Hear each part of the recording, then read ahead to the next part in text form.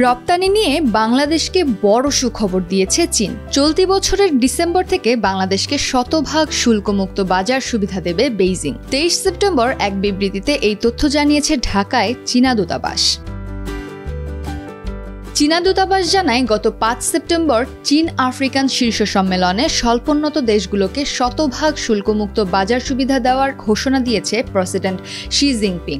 আগামী 1 সেপ্টেম্বর বাংলাদেশ ও চীনের কূটনৈতিক সম্পর্ক স্থাপনের দিন থেকে শতভাগ শুল্কমুক্ত বাজার সুবিধা পাবে বাংলাদেশ। ট্যারিফ কোটা ব্যবস্থাপনা সাপেক্ষে পণ্যের জন্য শূন্য শুল্ক ব্যবস্থাপনা শুধু কোটার পরিমাণের মধ্যে থাকা পণ্যগুলোর জন্য প্রযোজ্য হবে।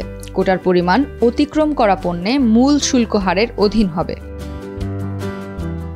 2022 সালে 98% বাংলাদেশি পণ্যে শুল্কমুক্ত সুবিধা দেয় চীন, যার মধ্যে চামড়া ও চামড়াজাত পণ্য সহ 383টি পণ্য ছিল।